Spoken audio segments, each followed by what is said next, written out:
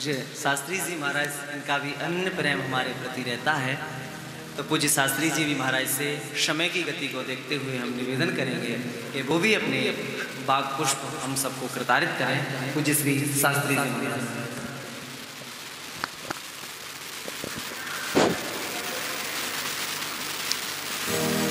रामं रामानुजं सीतां भरतं भरतानुजं सुग्रीवं वायुसूनुं च प्रणमामि पुनः पुनः। वाञ्छाकल्पतरुभ्यश्च कृपा सिन्धुभ्य एव च पतितानां पावनेभ्यो वैष्णवेभ्यो नमो नमः। भक्त भक्ति भगवंत गुरु चतुरनाम बपुए, इनके पद वंदन किए ना सही विघ्न अनेक, ना सही विघ्न अनेक। श्री वृंदावन बिहारी लाल की जय, श्री राघवेंद्र सरकार की जय, श्रीमद्भागवत महापुराण की जय।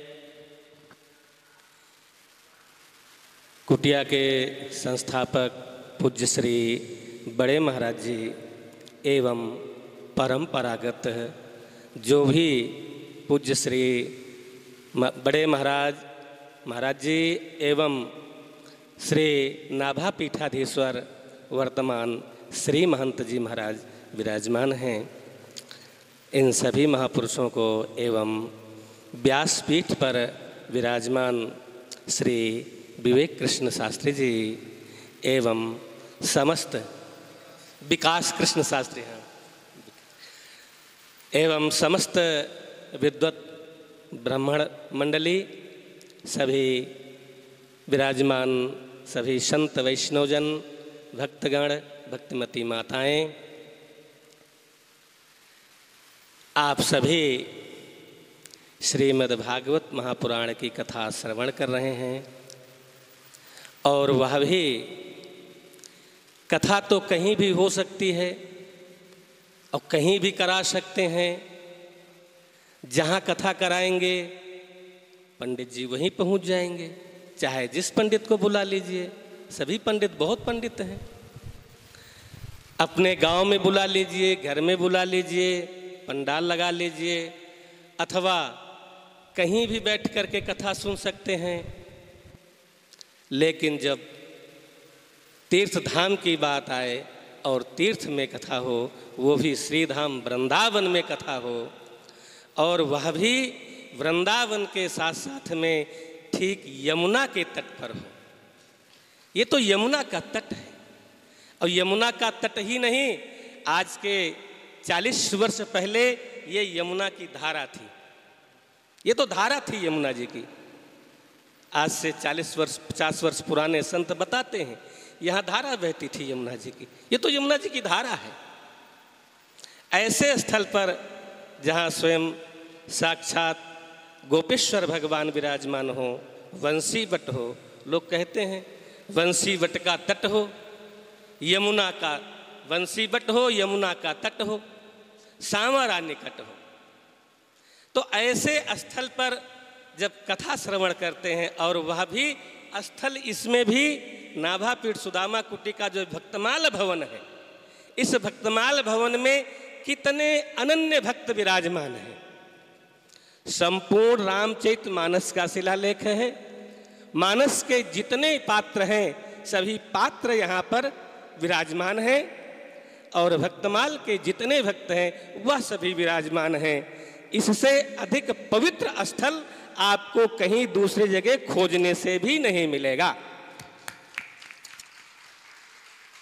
और इस कलिकाल में तो सत्संग ही एक जीवन का आधार है।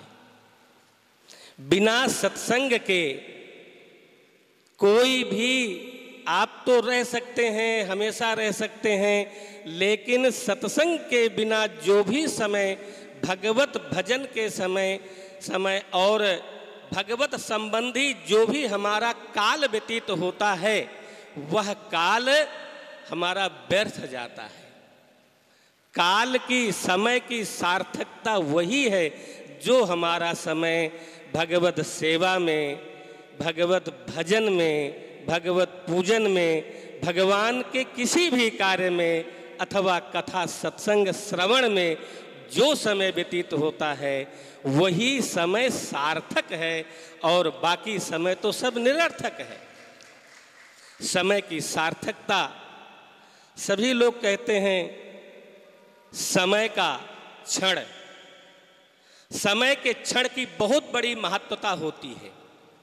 बाकी सब तो मिल सकता है, लेकिन एक बार जो समय निकल गया वह समय दोबारा नहीं मिलने वाला है।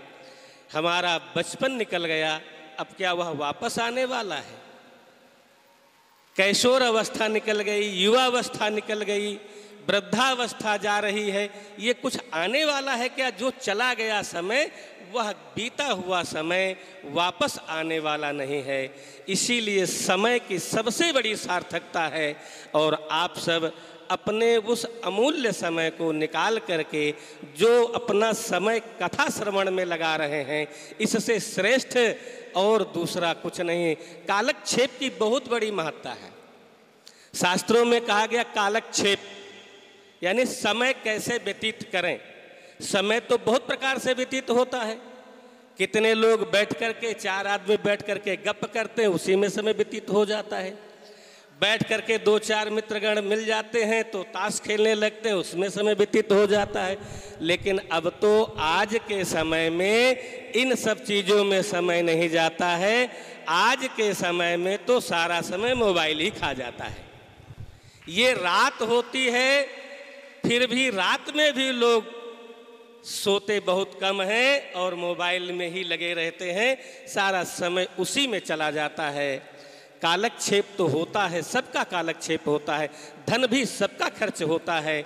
जो भी धन आपने कमाया है वह एक दिन खर्च होगा, लेकिन उस धन की सार्थकता यही है कि वह धन भगवत सेवा में, साधु सेवा में और ब्राह्मण सेवा में जो खर्च होता है वही धन की सार्थकता है। और बाकी जो धन खर्च होता है वह धन भी निरर्थक है, व्यर्थ है, उस धन की सार्थकता नहीं है। धन की सार्थकता वही है जिस धन को भगवत सेवा पूजा में और भगवत जन के जो ब्राह्मण हैं, संत वैष्णव हैं, इनकी सेवा में जो खर्च होता है वही धन की सार्थकता है। सो धन धन्य प्रथम गति जागी। धन धन्य वही है जिसकी प्रथम गति होती है। प्रथम गति क्या है? तो शास्त्र में कहा गया है लक्ष्मी के 4 पुत्र हैं। लक्ष्मी के 4 सुत धर्म, अग्नि, नृप, चोर और जेठे के अपमानते 3 करें घर फोर। माता लक्ष्मी के 4 पुत्र हैं, धर्म, अग्नि, राजा और चोर। ये 4 पुत्र हैं माता लक्ष्मी के, और ज्येष्ठ पुत्र है धर्म। तो कहा जेठे के अपमानते, ये 3 जो छोटे भाई हैं, अग्नि, राजा और चोर, ये तीनों भाई अपने बड़े भाई का आदर और सम्मान करते हैं। और यदि इन बड़े भाई का आदर सम्मान नहीं होता है तो ये तीनों भाई उस पर उत्पात करते हैं। उत्पात क्या करते हैं? राजा टैक्स लगाता है। आप लोग टैक्स देते हैं ना, जहाँ धन ज्यादा हुआ तो सरकार का टैक्स, आपको टैक्स जमा करना पड़ता है। और दूसरा राजा अग्नि, और उससे भी बचे, टैक्स के चोरी से भी बचते हैं ना, इधर उधर करके टैक्स की चोरी भी बचा लेते हैं। तो फिर क्या करते हैं कि अग्निदेव आ जाते हैं, वो बीच बीच में स्वाहा कर जाते हैं और वहाँ से भी कुछ रक्षा भई बचाए तो फिर चोर आकर के चोरी कर ले जाते हैं। धन तो नष्ट होता ही होता है, वह कभी सार्थक एक जगह स्थिर रहने वाला नहीं है, क्योंकि लक्ष्मी चंचला है। लक्ष्मी का एक नाम चंचला है, वह कभी एक जगह स्थायी नहीं रहती हैं। आज इस घर में तो कल उस घर में, वो तो चलती फिरती रहती हैं। तो ऐसे ही ज्येष्ठ जो धर्म है और धर्म में जो धन खर्च होता है वही धन की सार्थकता है। और समय की सार्थकता, जो समय कथा में, भगवान की सेवा पूजा में और संत वैष्णवों में जो धन खर्च होता है, धन की सार्थकता वही है। बाकी सबका समय व्यतीत होता है, धन भी खर्च होता है। समय की अपनी एक सीमा है, मर्यादा है। हम सभी कथा श्रवण करेंगे। हम अपनी वाणी को यहीं विराम देते हैं। बोलिए श्री वृंदावन बिहारी लाल की जय। श्रीमद् भागवत महापुराण की जय। जय जय श्री राधे श्याम।